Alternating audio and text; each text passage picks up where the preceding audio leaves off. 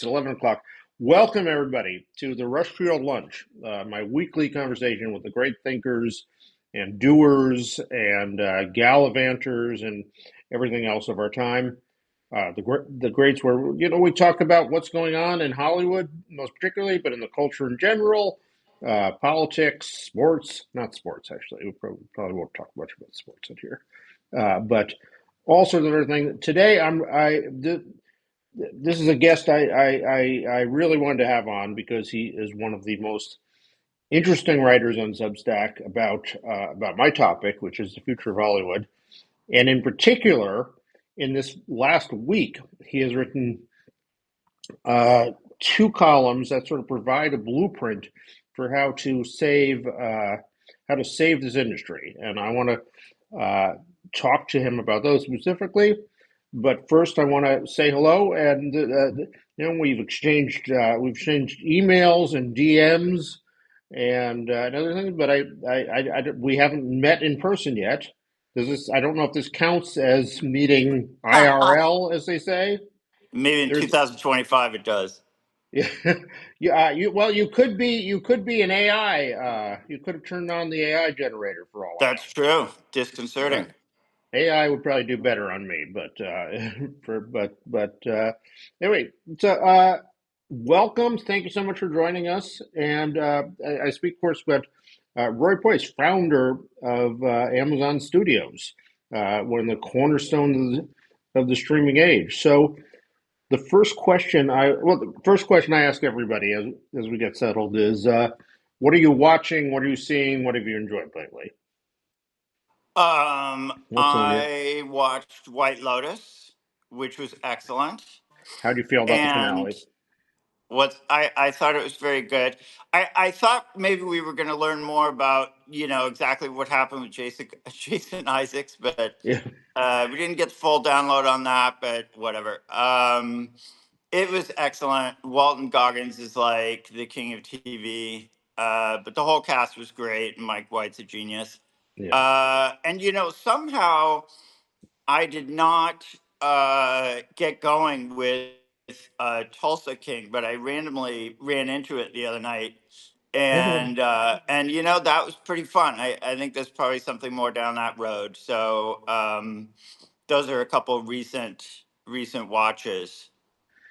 I haven't watched the Tulsa King. I've heard about that, I but mean, Sly has still got it. He yeah, just has a lot of charisma. he So, is. and talk about the king of TV, Taylor Sheridan. Like, forget about it.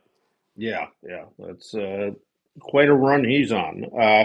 Well, speaking of TV, I want to talk to you about. Let's begin in the middle of your story. How did you come to found one of the great streaming networks? Tell the story. Let's start there in your story. How Well, did how it's funny. A long time ago, like, geez, must have been around 2002. I was at McKinsey and Company, and we were doing this kind of offsite where you're just with McKinsey people. You're not working for any customers, and we were, learning this stuff and having some debates. And I started to get very focused on the idea that what Amazon should do is they need a video service. And why did you think that? Why of all the I, things I this just thought it would drive traffic, it would drive customers. And so, like, why wouldn't they have that? Like, why wouldn't they want something that would have people coming back every few days? So, just maybe they didn't come back to buy anything, but in the process, they might. So, and this was at the point just to set the table. How far along their journey was Netflix at that point? I mean, they were doing DVDs, So this was before streaming existed as we Yeah, know this is like pre YouTube. Um, gasoline cars were just coming in at the it. time. Very good. The uh, Um, the so, tulip. and, nothing came of that because you can't like write to Amazon and say like, "Oh, I have this great idea." But uh, I oddly at a later time, like 2003, Amazon. I threw my hat in the ring at Amazon, and they were hiring the first person on digital video. And so I definitely threw my hat in the ring on that and went up to Seattle, did all the interviews. You do like a full day of interviews, and and it all worked out. And we had never been to Seattle, and but we kind of moved up there sight unseen, or at least I did. And So they my so they wife, so they said to you, "Okay, smart guy, you got this idea that we should do a video service. Why don't you come and do that then?" well, they had the idea also. So they had the idea, so they created this open role, and so we kind of came together on that, and then I showed up, and I thought, coming from McKinsey, that there'd probably be like, a 30-page deck explaining why we need to get into digital video and like how we're going to do it and blah blah blah. And and I asked, I think my boss's boss at the time was a guy named Steve Kessel, and he said, "No, I'm afraid there's nothing like that." And he showed me an email from Jeff that said, "Oh, I think we should probably get into digital video." And like that was the That deck, was that's a 'cause founding document. yeah, and so the task was to kind of figure out the space, try to make a match between what people want to license, what the technology will bear, and what customers want, and in those three, try to find a business. And so anyway, and then we hired a team, and You, that was that. and So that was the you start of Amazon Video. And then later, I made the case that we were really going to have to get into original content, that everyone in the industry was going to get into original content. And this, what made you see that coming? What? because otherwise your service is pretty generic. It's kind of the same as everybody else's service. You don't have anything really to trumpet and celebrate. And customers don't think you're unique and special, and everyone wants to be unique and special. And so anyway, I made the case for original content, and it was extremely controversial because it was seen as like risky and a good opportunity to lose a lot of money. But if you're going to have one person on your side, I had the right person who was supportive of that initiative, and so we did. And like other people, probably, I mean, Bill Carr was probably supportive, or it wouldn't have happened.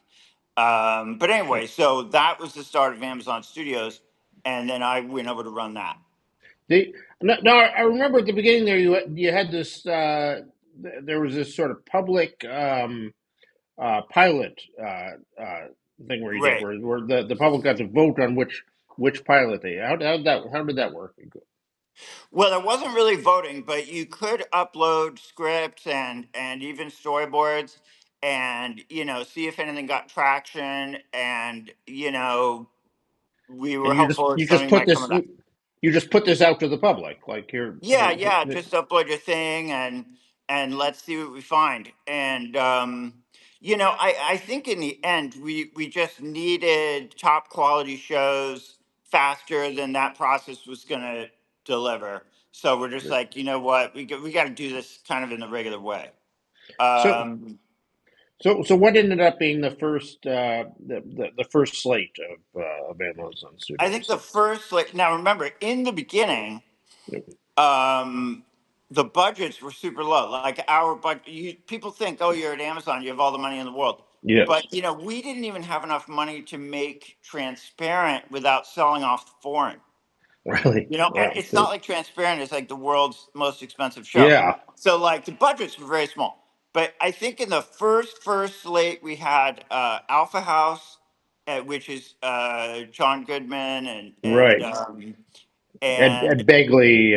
Betas, which was kind of like Silicon Valley, but and and then in the second round, I think we had Transparent and Mozart in the Jungle, both of which won the Golden Globe for Best Comedy Series, which was the first Best Series award that any streamer won. Right. So Yeah, so that was the beginning, and then we also had a kids program that did really well. We have a beautiful show called Tumbleleaf and a couple others. So what from that first slate there? What did you learn? What what woke you up at how this streaming world was different from TV programming as we knew it and all that. You know what matters is shows that people are really passionate about. You know, so if you had everybody rank the show from 1 to 10, what matters is the people who rank it a 9 or a 10. And to some extent, the other numbers don't matter because it doesn't matter whether someone thinks it's a 5 or a 2. Both of those people aren't going to watch it, so it kind of doesn't matter. Um, so the key So is, a lot of sixes adds up to zero. yeah, solid has no value. Like good is the enemy of the great, and only the great shows are really going to move the needle. And so you got to have a high bar, and there are a lot of scripts, that are like good. And the thing that really I think makes a very strong exec is not being able to tell good projects and bad projects. Like that's kind of double A ball. The real key is to take a bunch of projects that people think are good, and they kind of are good, but figure out which are the two that are going to make the biggest impact and that You are had really excellent. I want to read you actually had a quote on that in your piece on about Amazon yesterday. I want to read at length. I thought it was really profound. He said the thing of it is, if you don't mind your words being read back to you, the thing of it is that what makes a good executive is not the ability to tell a good project from a bad project, but to pick the one great project from an inbox full of 20 projects that the team wants to actually make, and which therefore must all, in someone's professional opinion, be pretty good. Each of which has a few agents and maybe a major star pushing it, who is ready to be vocally disappointed if you pass. If you can do that successfully while also living within whatever constraints are coming at you from above and from the department, then you're good at that. At this, most cannot do that with sufficient frequency. I would not be able to do that with any frequency. What is the key to that? Like, if I have 20 projects, all of which are pretty good or better. They all have stars. They all have.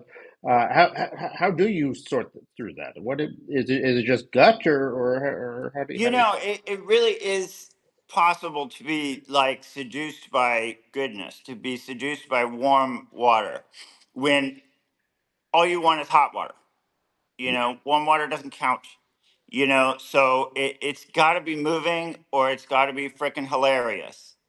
And I don't mean like mildly funny or like slightly, you know, Yep. moving. Like you kind of have to wait for the great one. Um, and, are there some more objective tests that you can apply? Sometimes, but you can get if you try to test pilots and stuff, you can get a lot of confusing signals that aren't always helpful. So I have no problem with testing it so long as you take it with a grain of salt. And yet when we look at the record of the streaming um, the streaming years, even though that demand to be great is that much higher, I think we have, because of the need for so much material and so many shows and to move that at that speed.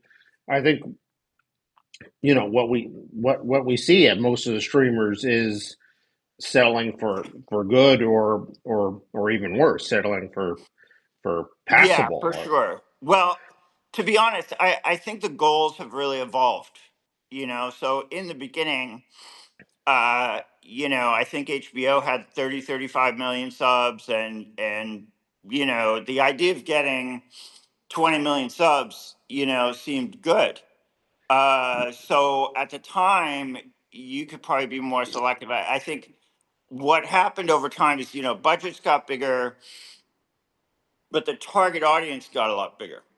And this even happened, you know, when I was there, like toward the end, we're greenlighting like The Boys and Jack Ryan.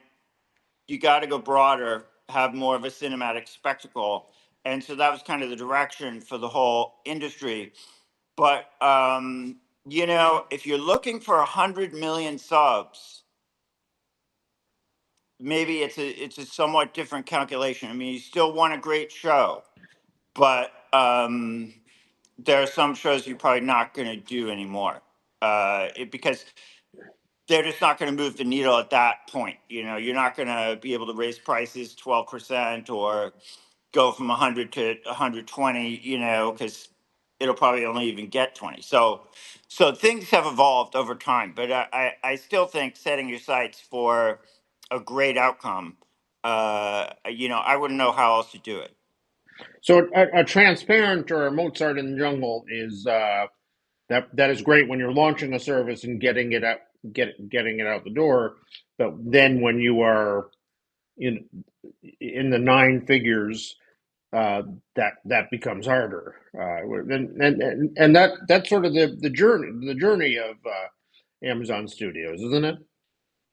Yeah, I mean, you know, I guess the last few years they've definitely tried to continue on the path to go, you know, bigger, broader, and I think there's been a path toward, you know, we want things that are like big action, fantasy, sci-fi, you know, big marquee titles like that.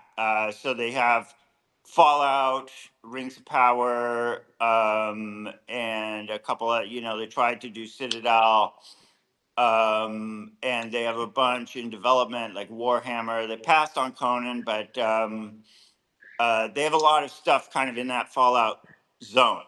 And you know, I have no problem with that. I think that is good. I think it's very helpful to have a brand. You know, it's very helpful for customers to have an idea of what you're offering and what you're probably going to be offering in 6 months. You know, because you can kind of either be the everything store or you can be a boutique. You can be a big Mm, boutique like Disney or Levi's, but you know you don't go into Levi's trying to buy Lacoste, right? They have jeans. mm.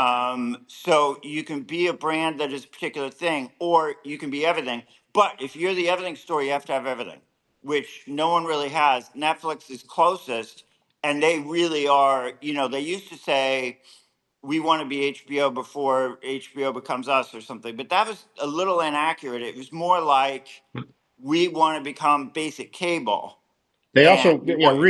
they were saying that at the same time. Reed Hastings was saying, um, "We want to be whatever your favorite show is, whoever you are. That show is on Netflix." Right, So interesting. servicing every demographic. Every Uh, group. yeah, Yeah, well, that takes a lot of shows, you know, yeah, because if you're going to target a particular group, then you can't have one show a year for the group or they're going to get super bored, you know. So you have yeah. to have, you know, and so if there are, you know, 15 groups and you need a show every month or two for each group, it's a lot of shows. And so Netflix has a lot of shows, like they have a ton, and you can't argue with success. Now, so this is, and by the way, people who come in, feel free to ask questions or make comments or throw popcorn at us or whatever you're doing. Is join us. We'll hear from you.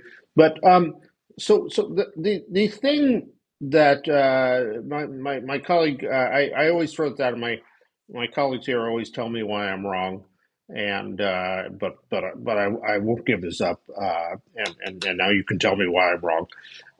It seems to me that everyone is moving in the everything store way. So what always surprised me is that you don't see more niche services. Like if I'm going to start a service, if I'm going to start a service, I probably can't take on Netflix and create everyone's favorite show.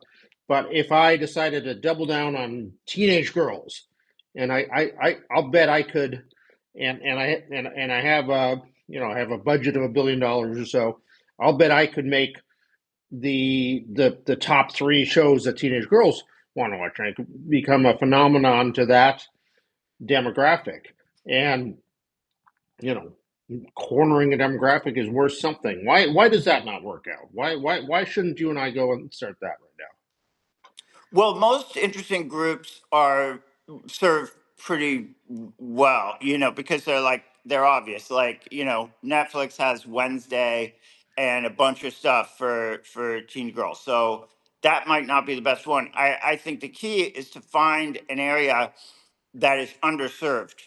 So this group is not really being well served by Amazon or Netflix or maybe anybody, and we can do that in a special and unique way.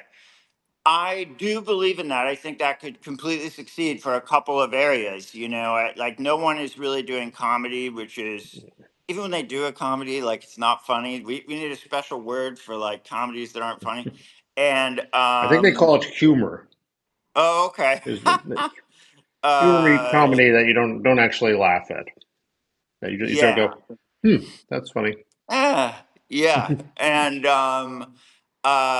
then, I've argued I think there's a role kind of for the indie streamer, because I think it's not ideal that like all of the product, whether it's from Neon or A24 or what have you, Sony Classics or Focus does some, they all kind of go to different places and it's all kind of spread out, and it kind of makes the least of the category. And I think it would be better for filmmakers and customers and for the world if there really was this kind of indie streamer. And you could say, well, maybe Apple is sneaking up on being that because they have all these kind of prestige TV shows.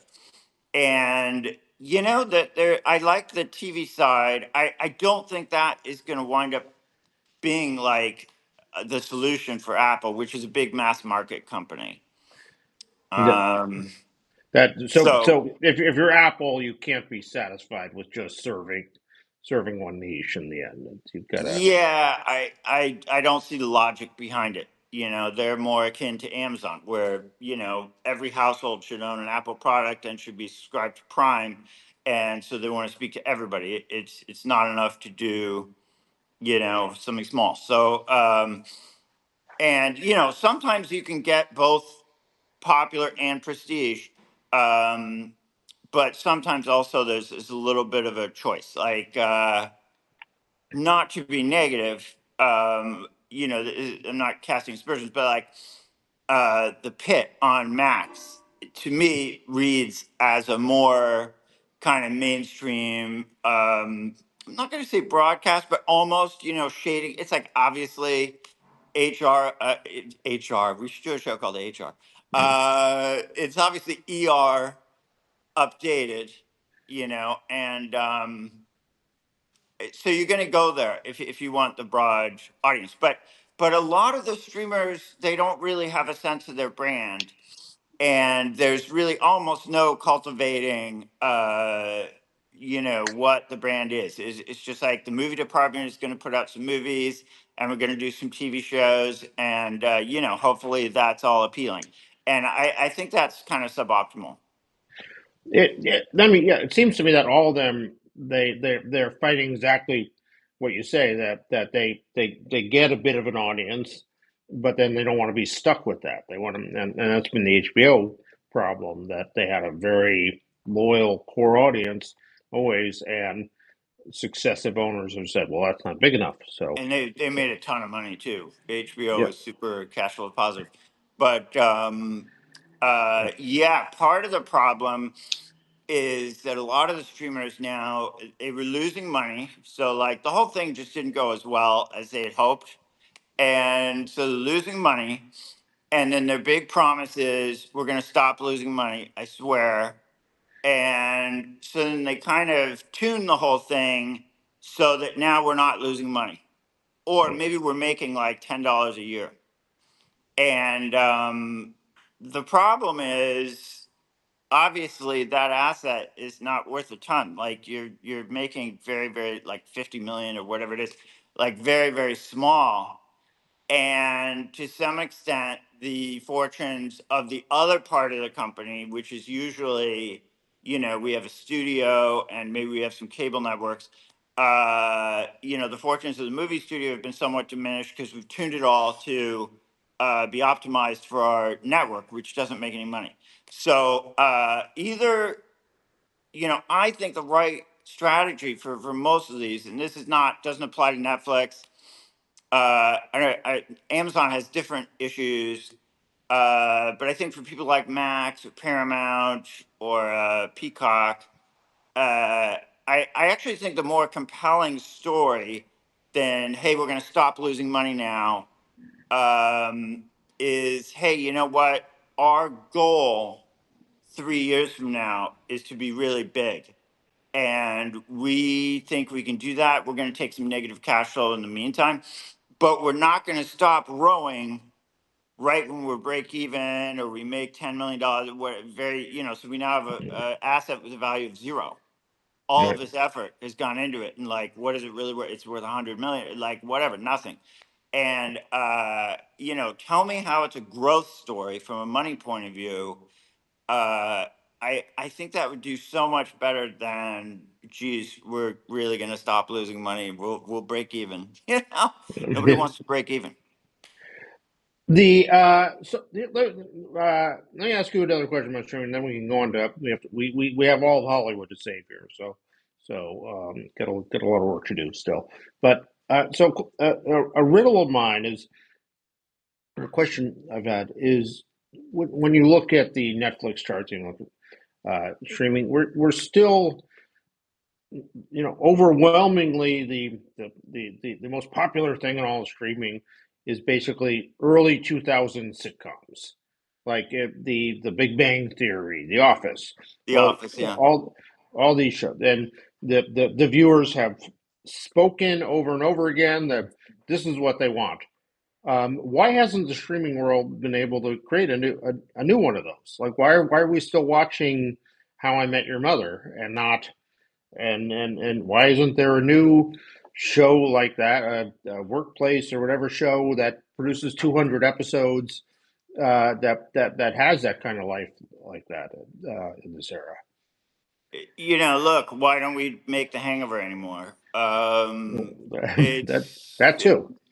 or Tropic Thunder. Like, yeah, it makes no sense. Like, it's like if every restaurant in town went vegan, so you can't order steak in this town. Then obviously what we'd want to do is open a steakhouse.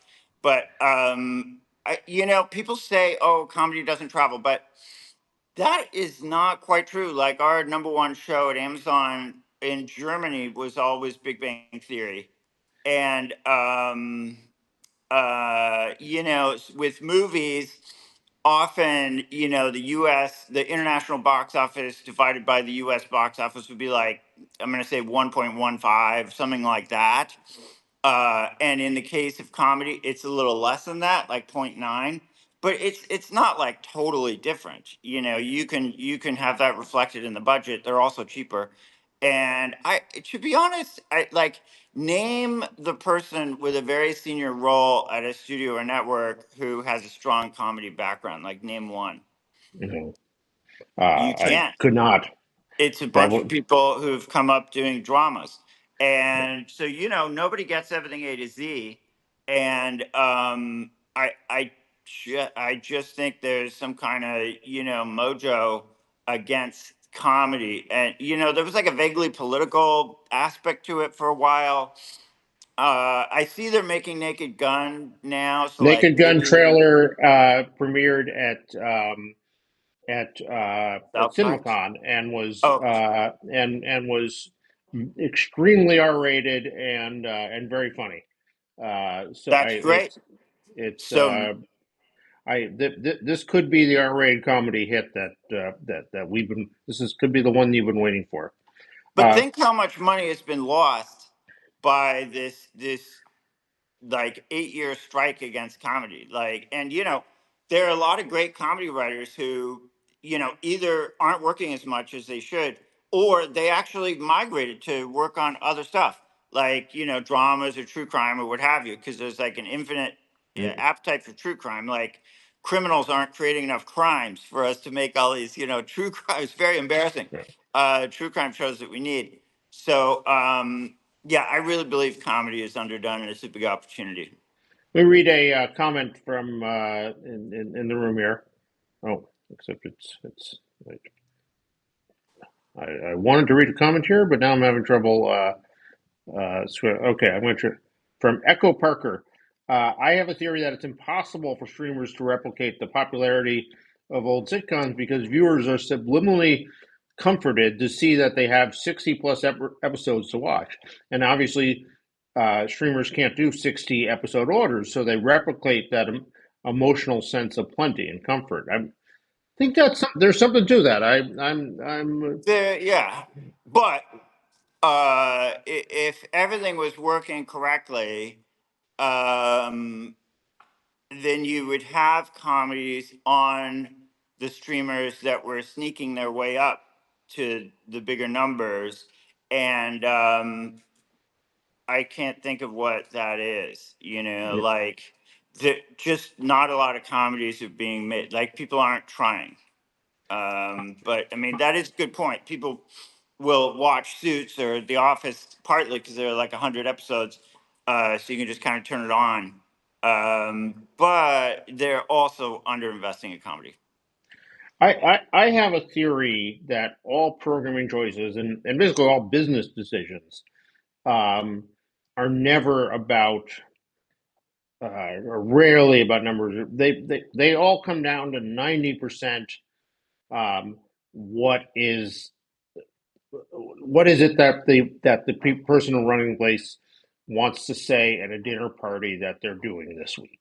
What are the kind of movies they want to be making? What are the kind of place he wants to work? What's the kind of business they want to be in? And comedy for a while was something they didn't feel comfortable with. And I have a piece of evidence for that.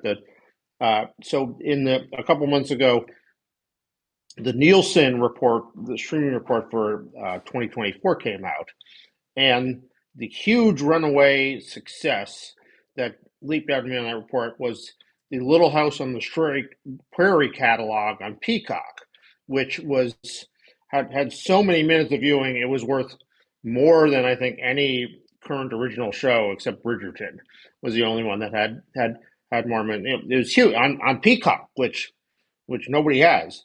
Um, Right. so Only Comcast employees subscribe. So exactly. that's how remarkable it is.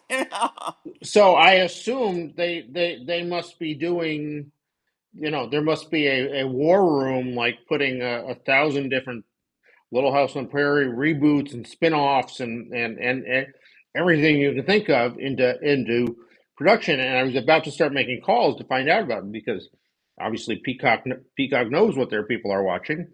And as I was about to start calling on it, there was an announcement that Netflix was developing a Little House on the Prairie show. It had optioned the original books and was developing it. And it just, they had this hit.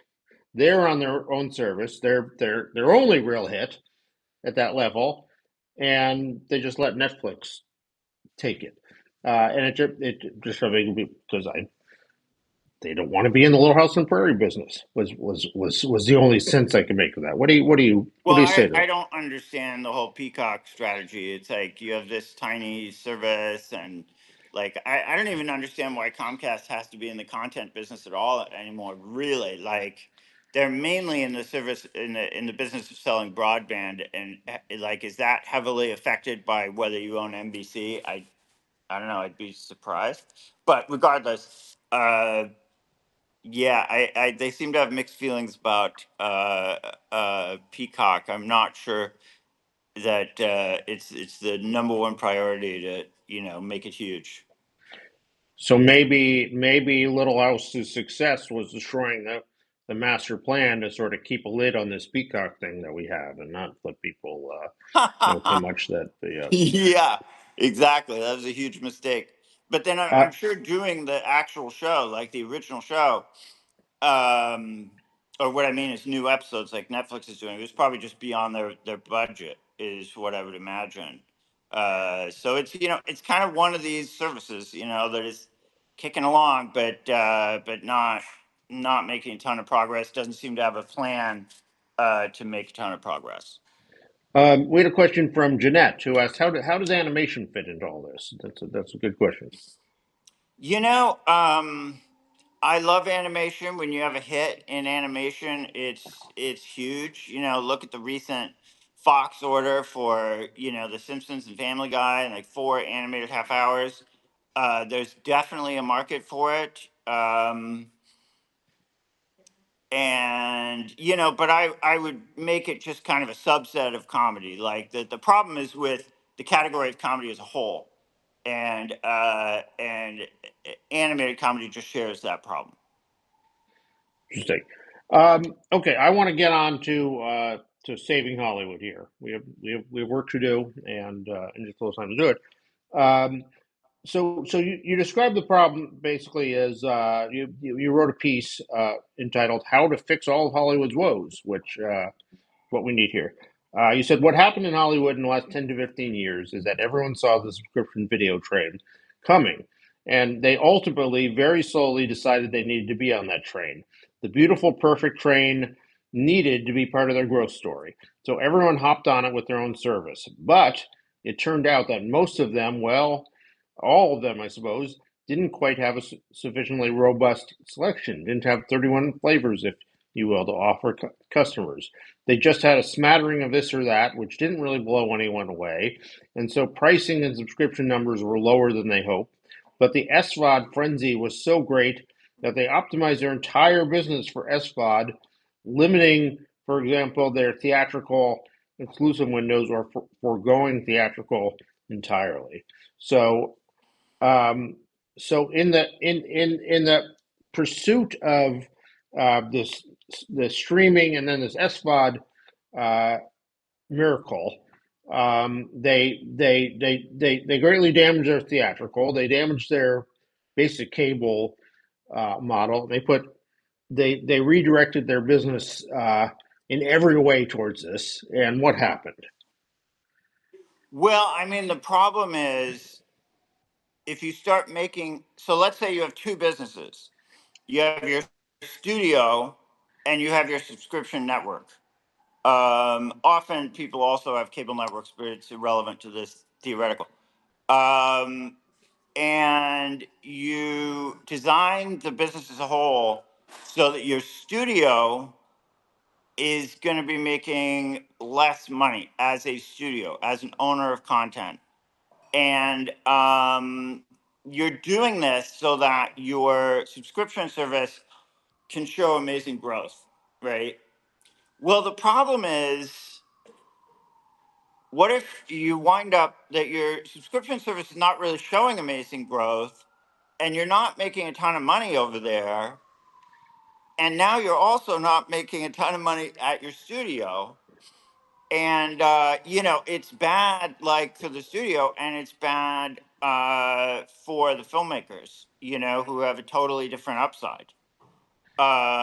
So you kind of have to decide, is there a way we can walk some of this back where we've taken some of the value out of the studio business? Is there a way we can have a more robust growth story on our subscription side? Can we do them both, or what? Because I know we're not making any money making real money at the subscription service. We used to make more money at the studio. Are we certain that like theatrical is bad? There is no demand for ownership, and there's no way we can tweak windows and so on to have more robust economics on the studio side. Um, I don't know. I think there's some experiments to be done, and you could get some better results at on the studio side. And it's not clear to me that subscription, and obviously I'm enthusiastic about subscription video and like had a hand in bringing it into being, but I'm not convinced that every single thing in the business needs to be optimized for this one part of the value chain. Um, if you could take a time machine back and go back 10, 15 years ago and become the CEO of Disney or Comcast or Time Warner, uh, what would you do? With you get to go back with total knowledge now of everything that. Well, if I were Disney, I would probably have started a Disney branded, service earlier.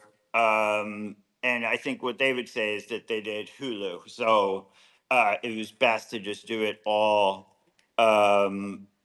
together. But They also, do you remember they had forgotten chapter Disney and Fox in 2000 joined together and they bought movies.com and they were going to start a subscription service where they put movies on the internet for people to watch it.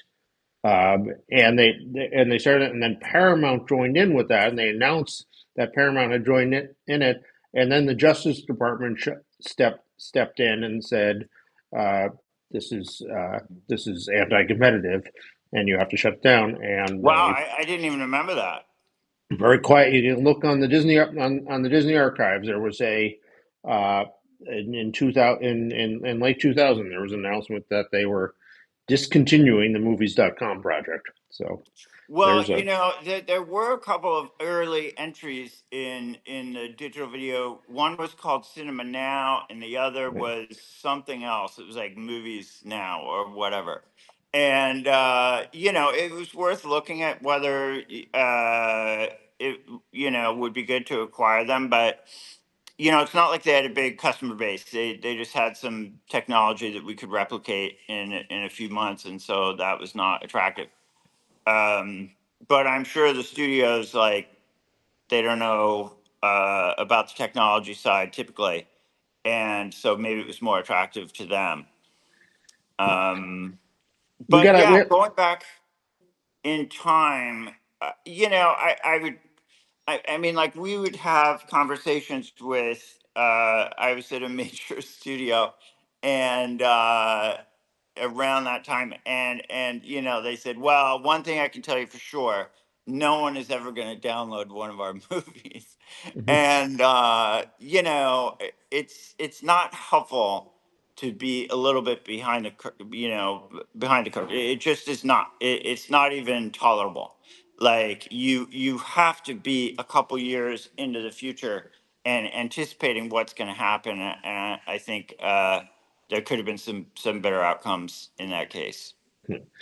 we have a question here from JD. Um, he asks, how important is the theatrical experience for streaming? Is it beneficial to commit to a theatrical run anymore when attendance and interest seems to be declining? So one thing when you have a theatrical run is you have a vast marketing budget supporting that theatrical run. So what if you took half that theatrical budget and just devoted to promoting your streaming movie? Would the results be the same, or why? What is You know, is I, that? I, I actually think it depends what kind of movie you have. If you are trying to make the case that your movie is good, then giving it a normal theatrical run and like normal reviews and stuff is kind of sends a signal, I think, to people and raises the profile of the project. Definitely, if you're anywhere near a prestige project, and you really want to sell the idea that like this is really an extraordinary film and that's why you want to see it. It's just then you kind of have to do that. There are cases of movies that, to be honest, I think they're kind of not aspiring to be that great. They're just kind of aspiring to be sort of fun and solid. They're not really even like movies. They don't maybe have the spectacle. They're really like made for streaming movies. I don't think there's any point to putting those in the theater. They're not going to do well. It's going to be a little bit embarrassing. Um, so it depends on what you have. And if it's any kind of prestige, you have Emma Stone in it, and it's Yorgos Lanthimos or whatever.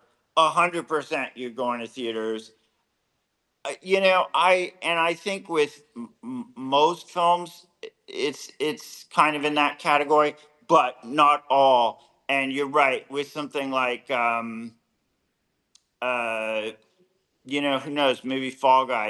If you just taken some of that marketing budget and just said, hey, we're going to launch on streaming, and instead of spending 30 on marketing, we're going to spend 15 and just promote streaming. That's not crazy. So I don't think there's kind of a one size fits all answer. It depends on the kind of movie. I think horror movies you should also take to theaters because people really like the experience of being together and doing the horror. Like, it's just not as good when you're at home on TV. I think comedy is kind of similar. So it really, you kind of have to take it movie by movie. So what then do you make of at CinemaCon last week? Amazon unveiled their full theatrical slate, which was impressive. It had big movies and not really small movies, but medium-sized movies, Uh huh. and they committed to 12 to 15 fully supported theatrical release. They like everyone there, they didn't really they sort of hemmed and hawed about the window question, but they're uh, full releases. What do you think is the calculation there? What is driving that? I think if you sat down and said, as a general policy, we're going to release in theaters. I think it's good for, attractive to filmmakers. On average, it will raise the profile of the project and make it seem more prestigious to customers. So there are a lot of benefits. Now, are you really going to put all 14 in the theater? Like, if you have a couple that really are not working out, is it possible that you would make an exception? Like, hey, we're not going to put that in theater? Yeah, probably. But, at CinemaCon, you're going to announce, like, what is our general intent and our general policy?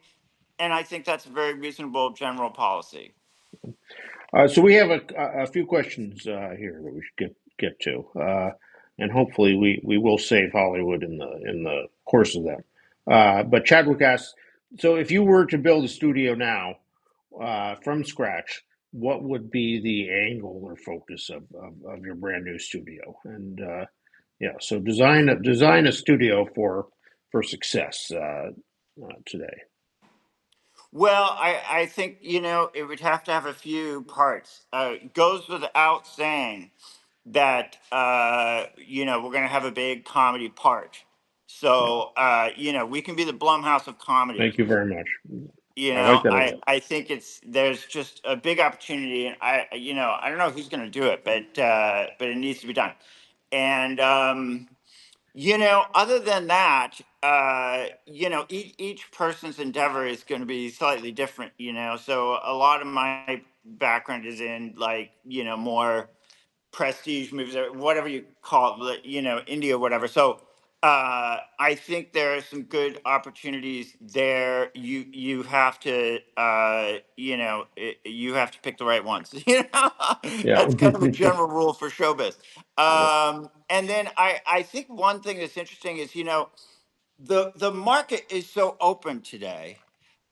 You every studio, every producer, whatever, you should have your own brand. You should have a direct to customer relationship and brand, because the internet goes two ways.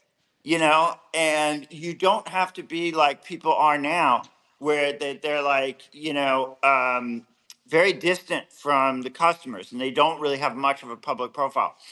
I think it would definitely be smart to embrace the interactivity of the moment, and launch ideas, maybe even cultivate like a smaller group in your Discord or something, and you cultivate this group, and you are able to get some feedback on on ideas and premises, and even launch things like, what if you launched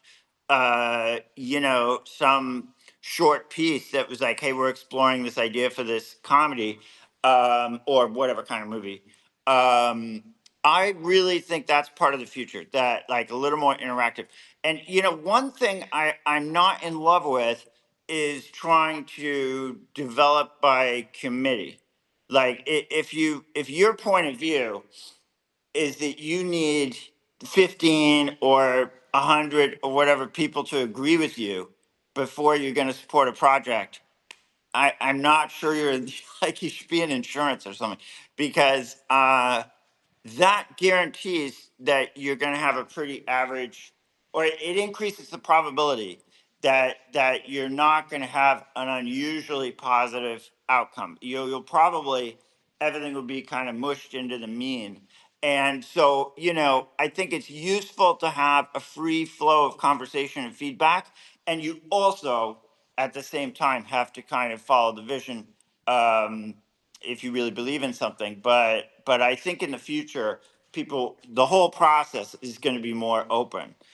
So those are kind of the three things uh, that I think I would focus on more than others because I think those are kind of the gaps that people aren't doing a great job with right now. And so looking at your solutions for Hollywood, the first one you talked to is one that's been in the news a lot the last week. Windows. What have you described? What do you think the right answer for studios right now is on Windows? There was a call at CinemaCon for a 45-day window to be respected. It used to be 90-day.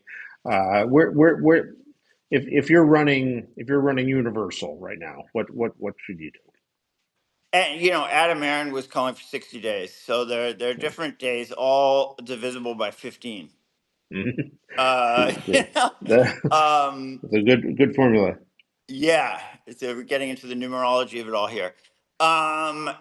Look, it would be great if we could have more than one really productive window.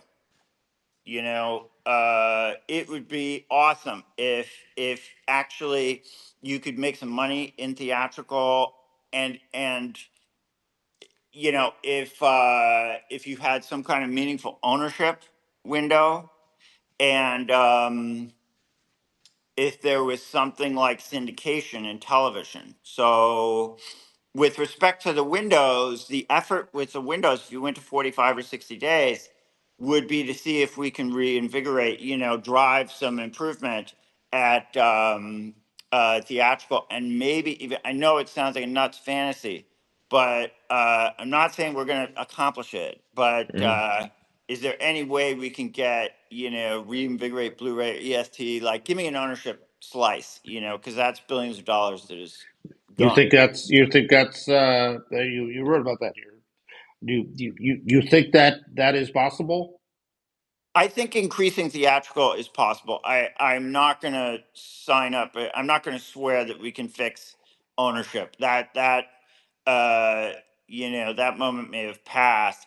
Part of the reason people don't want to own it's like in movies is if you have a subscription to everything always, there's no reason to own because like I presume I'm going to have um, Tame Impala on Spotify forever, right? So why buy it? So I feel like you'd need a industry-wide pullback from just everything being available. well, We're it just does have to be industry wide. That's the thing, and that introduces complications. That's a whole legal thing. But the other issue is not only when the window should start, but when it should end. Because if the window is 10 years long, then that's basically I subscribe and I have everything forever, and so I'm never going to buy anything. And also there's no syndication, there's no second window. If you're very successful on the surface. And I look I it's like this is like a big McKinsey study. If we had a 45, 60 day window on the front end and the license was 2 or 3 years, but then it's going to move to another service or something, does it create a more diversified uh, cash flow for people like Warner Brothers. No. I mean, and if no, then that would be frustrating and too bad, and that's the way it goes. But I think there's some promise there, so we should look into that. So our hour has flown by here. Can you believe that we've been lunching here for an hour already? We have a final question that we ask every guest. So good to you, but will you join us again? And because I feel like we barely scratched the surface here. This was just sort of like a get acquainted lunch at this point. And Let's do it. We can have our pod with. We have to get Ted on board. would absolutely, yeah, would love to do it again. Final question I ask every guest here. Young Roy, um, coming in, if you met young Roy coming into this industry today, coming into this world, what advice would you give him? You know, I Making his way in this world. my advice would be to buy Google. Uh, But um, coming today, the yeah. More showbiz oriented.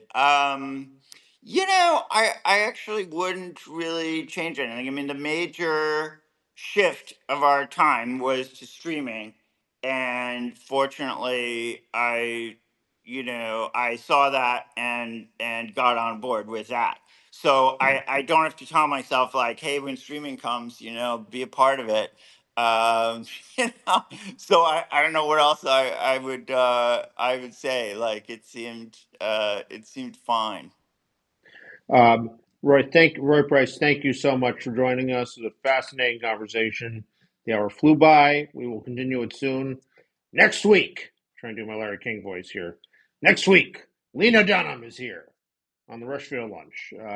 So everybody, please come back and join us. Got some other big guests lined up down the road. It's I find these conversations fascinating, and your comments and questions definitely help make them. So please come back every Wednesday at 11 a.m., which a friend suggested is not actually lunchtime, but I get hungry very early. So and I'm trying not to eat breakfast these days. So it's lunchtime to me.